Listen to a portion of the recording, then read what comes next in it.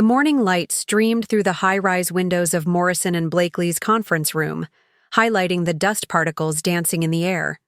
I adjusted my navy blazer and straightened my posture as I listened to Mark Daniels, our VP of Sales, drone on about quarterly projections.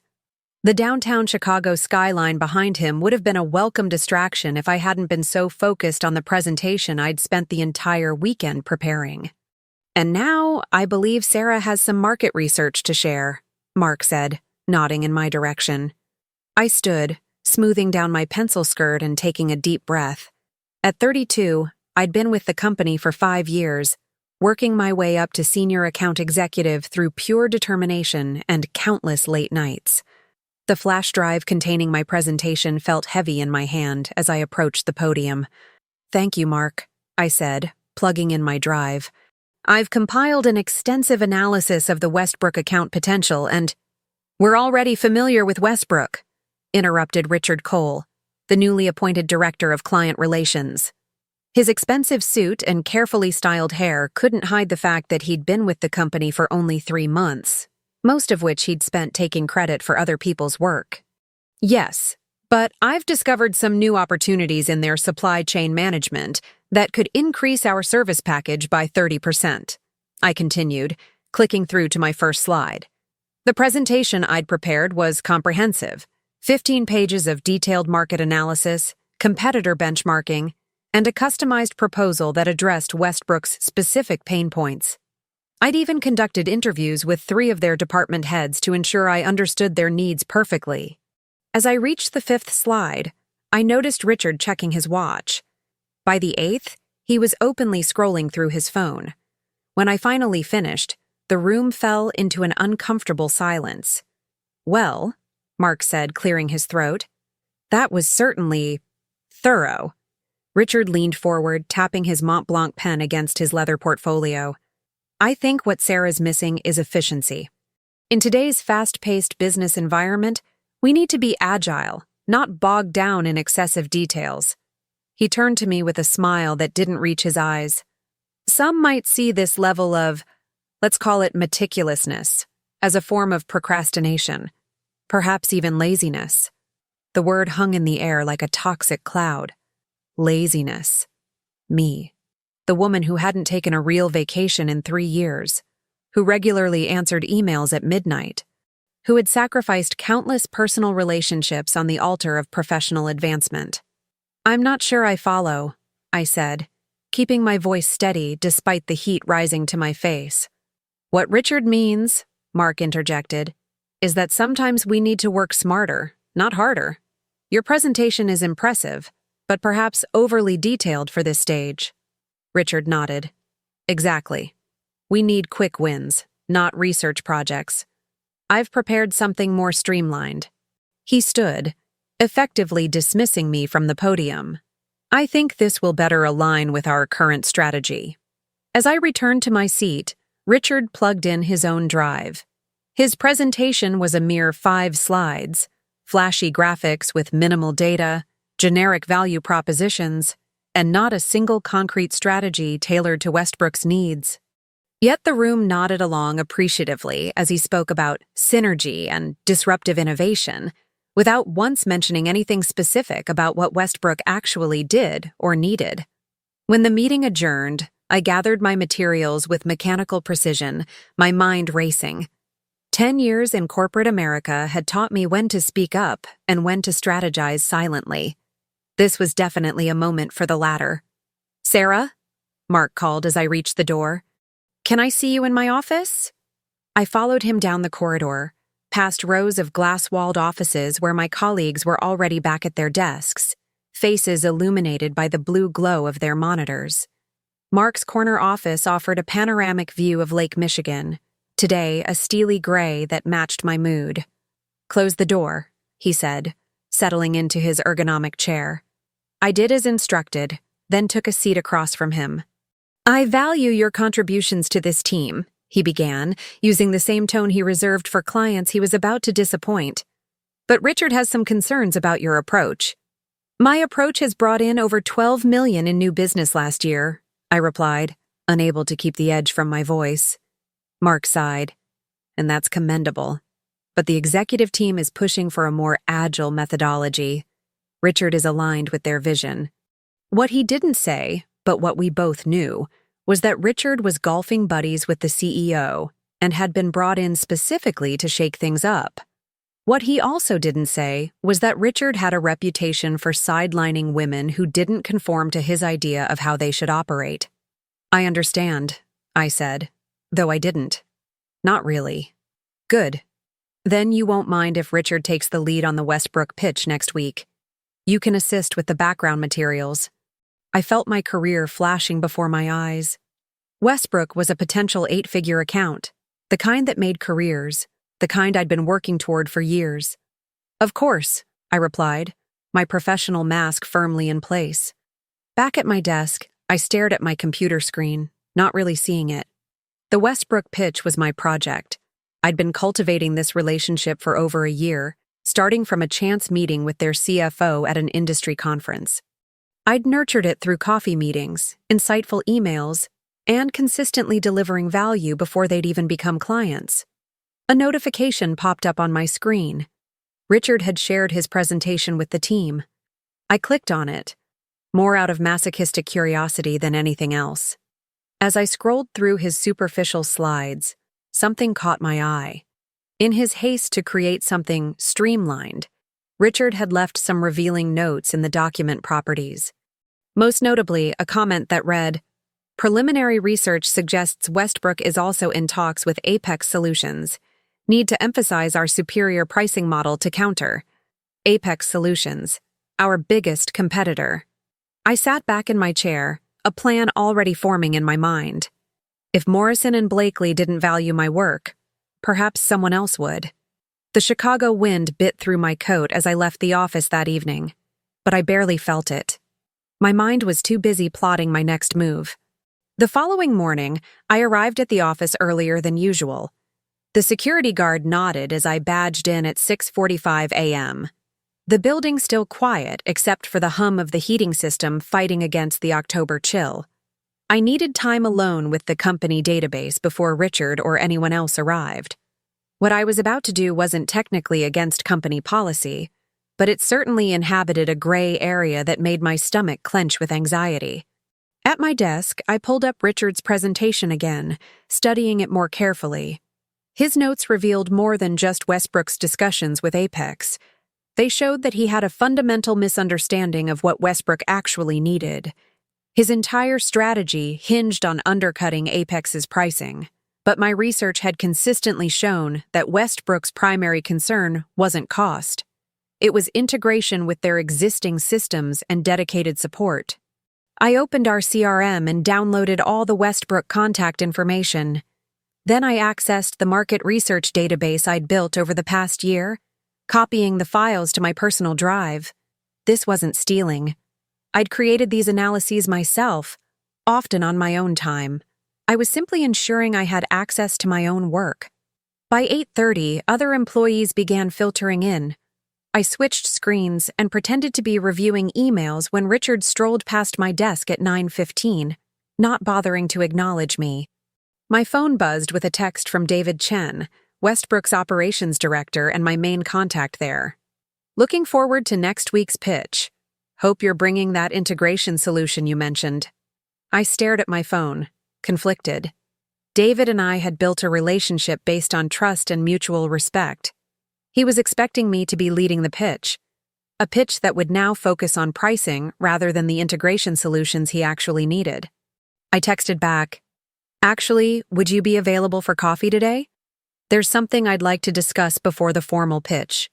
3 dots appeared immediately, then, "Sure, Nero's at 1. That place with the good scones near your office." "Perfect. See you then." At 12:45, I grabbed my coat and headed out, telling my assistant I had a lunch meeting. The autumn air was crisp but pleasant as I walked the 3 blocks to Nero's, a small cafe tucked between a bookstore and a boutique clothing shop. David was already there when I arrived, his laptop open on the table in front of him, 2 cups of coffee steaming beside a plate of scones. "Sarah?" he smiled, standing to greet me. "I ordered your usual. Still taking it with 1 sugar?" "You remembered," I said, touched by the small gesture. David was in his early 40s, with kind eyes behind stylish glasses, and the perpetually tired look of someone managing a large department while raising twin daughters. "So," he said once we were settled, "what couldn't wait until next week?" I took a deep breath. "I wanted to be upfront with you. There's been a change in our team structure. Richard Cole will be leading the pitch next week." David's expression fell slightly. "Oh. I was looking forward to hearing more about your integration proposal."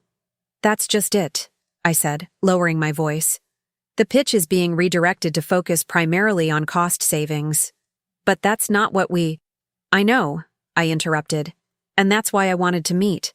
I've spent a year understanding Westbrook's needs. I know your legacy systems need to communicate with any new solution. I know your IT department is understaffed and requires dedicated support. I know your board is more concerned with long-term stability than short-term savings." David leaned back, studying me. "And Richard doesn't know any of this. He's taking a different approach." "Sarah," David said carefully, "are you here as a representative of Morrison and Blakely? Or in some other capacity?" The question hung between us. This was the moment, the point of no return. "I'm here as someone who believes in delivering solutions that actually work," I said finally. "And I'm considering my options." David nodded slowly. "I see." He glanced around the cafe, then leaned forward. "You know we've been talking to Apex." "I'd heard rumors. Their pitch is next Thursday, day after yours." He paused. "They've been aggressive on pricing but haven't demonstrated the same understanding of our needs that you have." I took a sip of my coffee, buying time to choose my next words carefully. "David, I've always been straightforward with you. So I'll just say it. I'm considering making a move to Apex." His eyebrows shot up. "That's unexpected." "It's not definite yet. But if I did, would you be open to hearing a different kind of pitch from them? One that actually addresses your integration and support needs?" David tapped his fingers on the table, thinking. "That would certainly be interesting." He checked his watch. "I should get back. But Sarah, whatever you decide to do, I appreciate your candor. It's why I've always enjoyed working with you." As we parted outside the cafe, David hesitated, then said, "The board meets on Friday morning to make their final decision, just so you know." I nodded, understanding the information for what it was. Not quite encouragement, but an acknowledgement of the opportunity timing presented. Back at my desk, I opened my personal email and composed a message to Janice Reynolds, Apex's Director of Talent Acquisition. We'd met at an industry event last year and connected on LinkedIn. Her response came within 20 minutes. "Sarah, what a pleasant surprise. I've admired your work from afar for some time. Would love to discuss possibilities. Are you free for a call at 4 p.m. today?" By 5:30 that evening, I had a preliminary offer from Apex, contingent on one condition. I would need to bring the Westbrook account with me. The proposed compensation package was 20% higher than my current salary, with a substantial signing bonus if Westbrook signed within my first month. As I rode the elevator down to the parking garage, my phone buzzed with an email notification. It was from Mark, forwarding the meeting invitation for Monday's final strategy session before the Westbrook pitch. Richard had added a note. "Sarah, please bring all background materials. I'll need them to finalize my approach." I smiled at my phone screen. Oh, I would bring the materials all right. Just not in the way Richard expected. The weekend passed in a blur of preparation. I'd told Apex I needed until Monday evening to make my decision, giving me time to execute my plan. If it worked, I'd be joining them with the Westbrook account in hand. If it failed, I'd likely be unemployed and possibly facing legal action. The stakes were high, but so was my determination. I hadn't spent 5 years building my reputation to have it dismantled by someone like Richard Cole. Monday morning arrived with a thunderstorm that matched my turbulent emotions. I arrived at the office in a rain-spattered trench coat, carrying both my laptop bag and a cardboard box that I discreetly stored under my desk.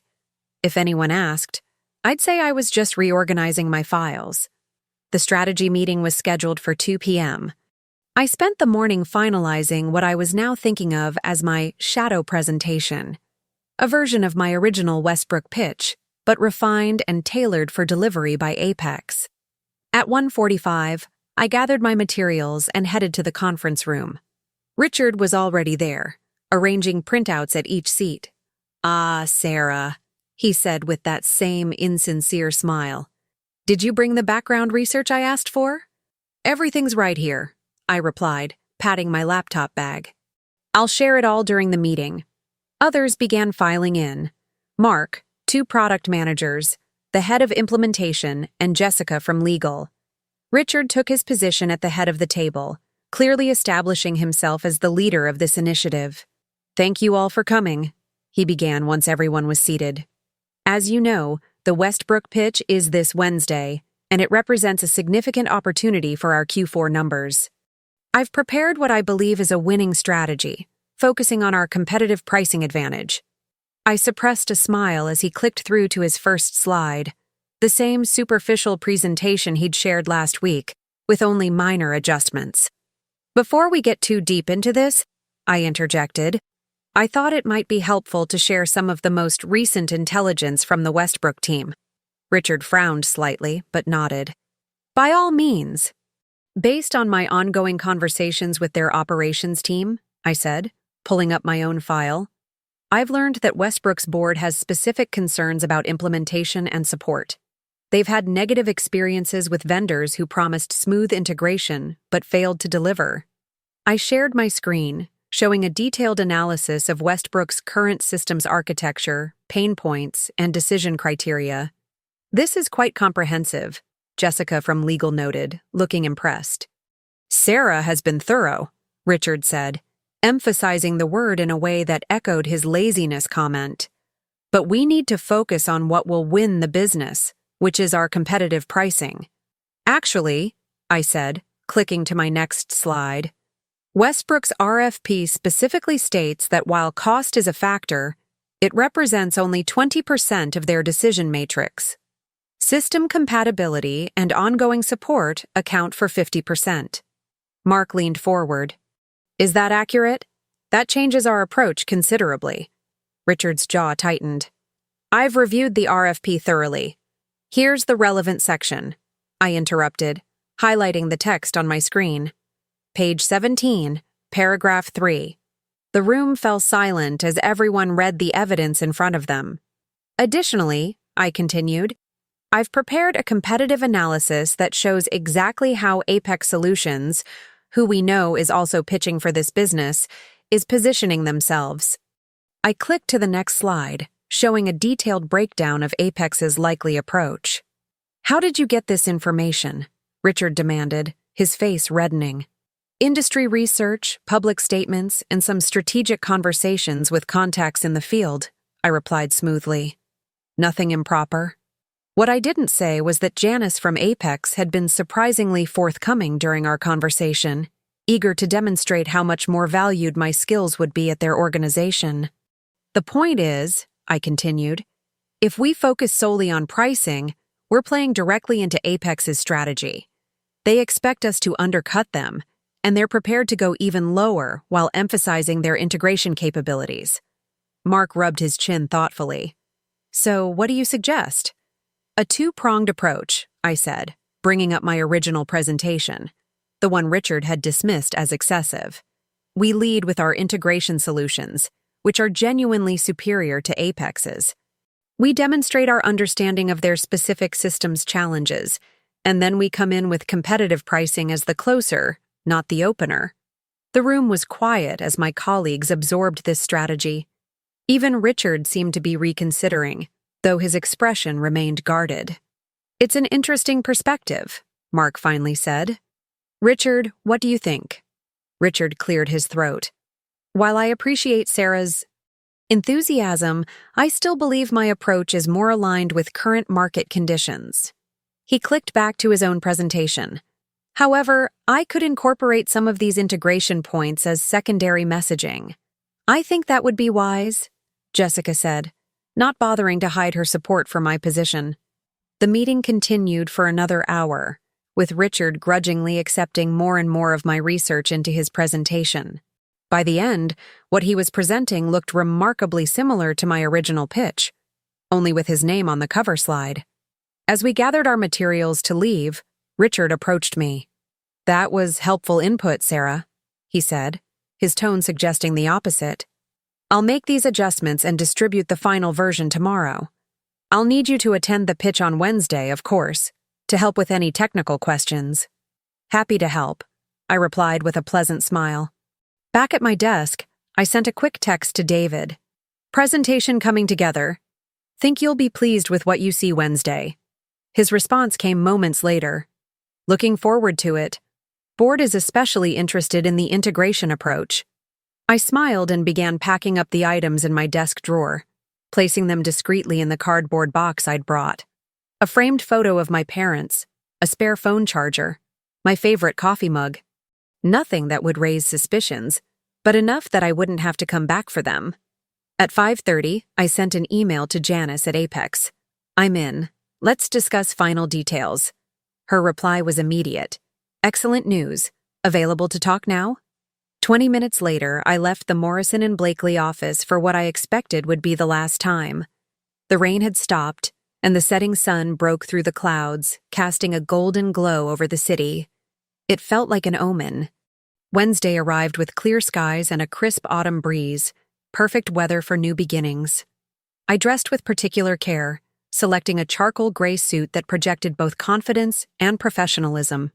Today would require a perfect balance of appearing loyal to Morrison and Blakely while subtly setting the stage for what would come next.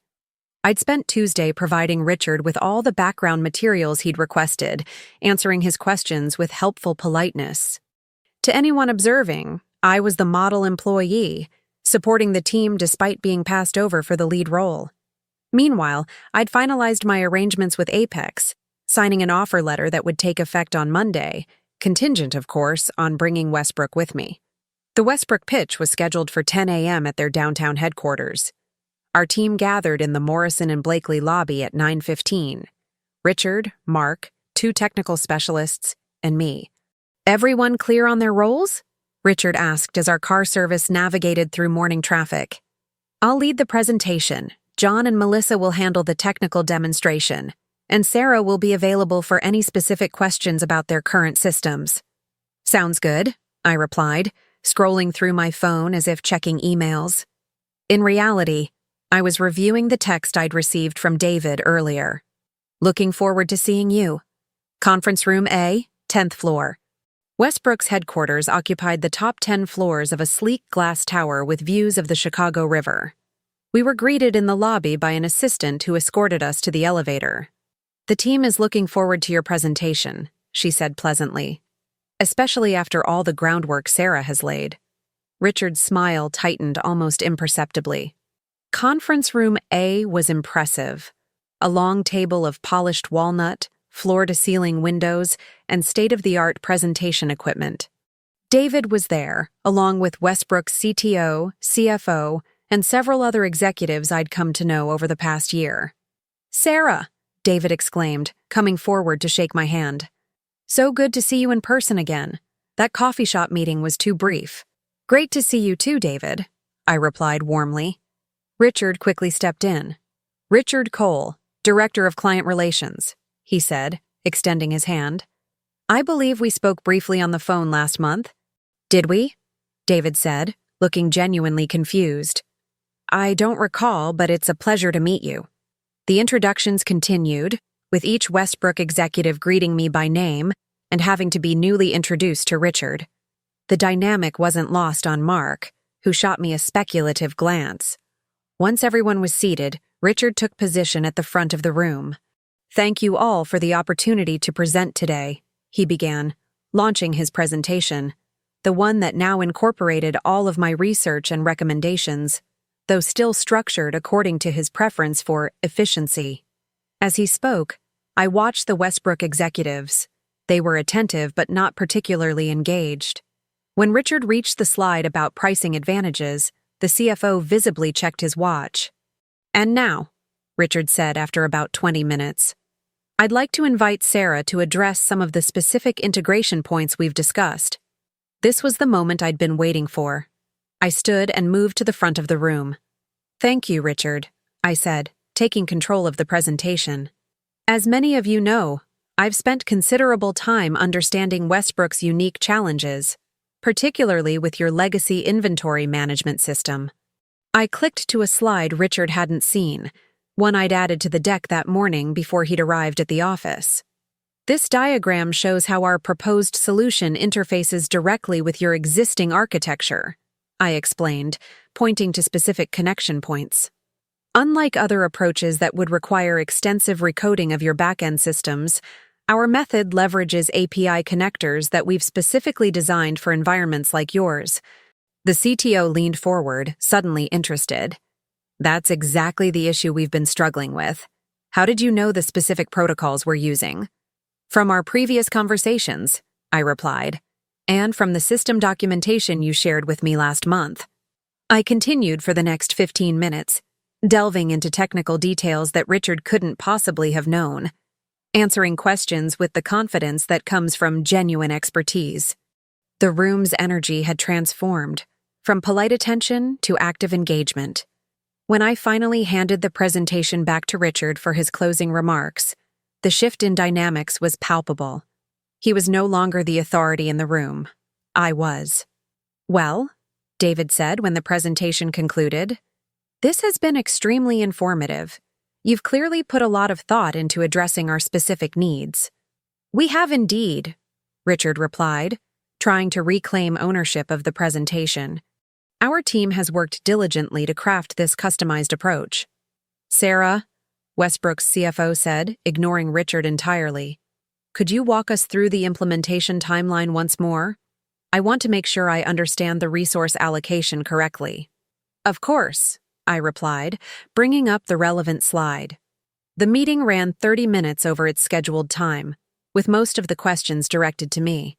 By the end, Richard had been reduced to a virtual bystander in his own presentation. As we gathered our materials to leave, David approached me. That was exactly what we were hoping to see, he said quietly. The board meets tomorrow morning at 9. I think they'll be very receptive. I'm glad to hear that, I replied. Though I should mention one thing. I may not be your contact at Morrison & Blakely going forward.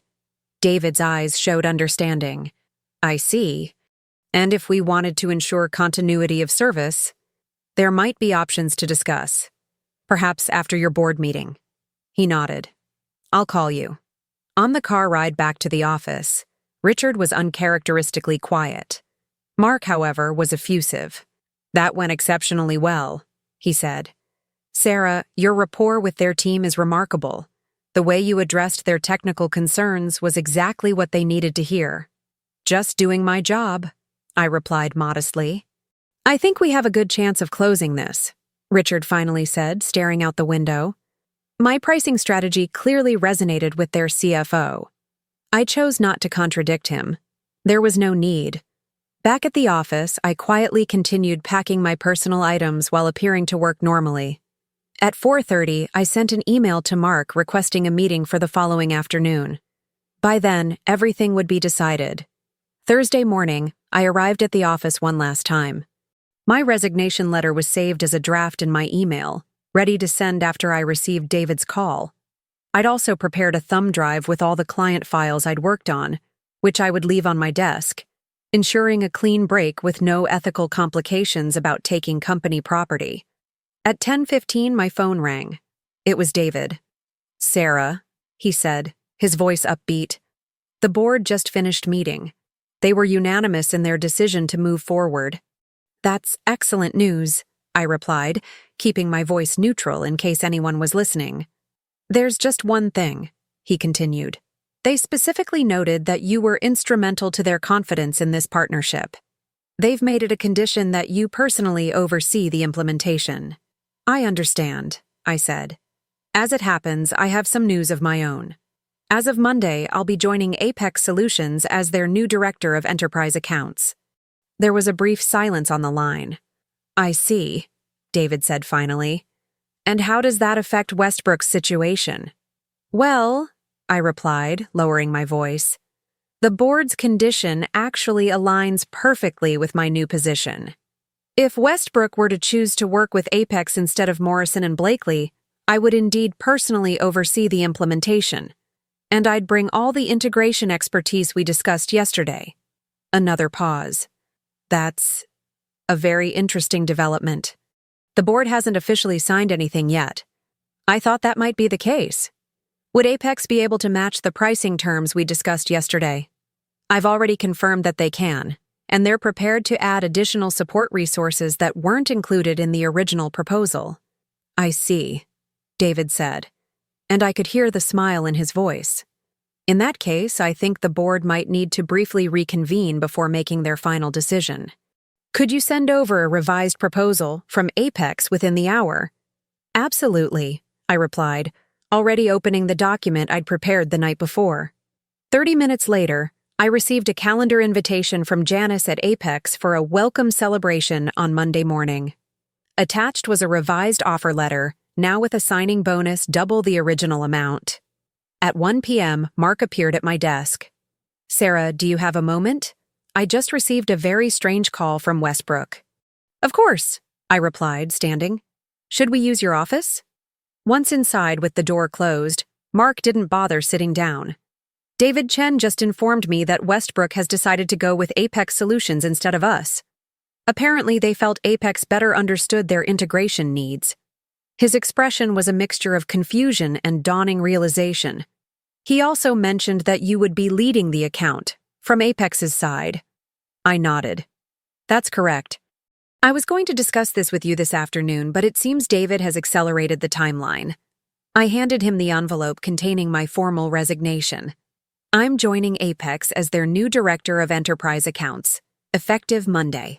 Mark stared at the envelope, then at me. You used our pitch, Richard's pitch, to deliver Westbrook to our competitor. Actually, I corrected him, I used my pitch, the one Richard dismissed as too thorough, remember?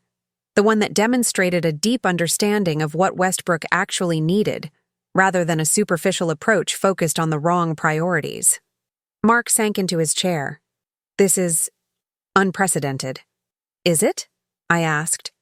Or is it simply the logical outcome of undervaluing your most productive team member while promoting someone who called her lazy for being thorough? Mark had the good grace to look embarrassed. The executive team will be furious. Probably, I agreed, though they might want to consider why one of their top performers felt compelled to leave in the first place. Richard will blame you entirely. I'm sure he will. And in doing so, he'll continue to demonstrate exactly why I made this decision. I headed toward the door, then paused. For what it's worth, Mark, I enjoyed working with you. But no one should stay where their contributions aren't valued. Where are you going now? He asked, sounding genuinely curious. I smiled. To clean out my desk, and then to buy a bottle of champagne. I opened the door. I have something to celebrate.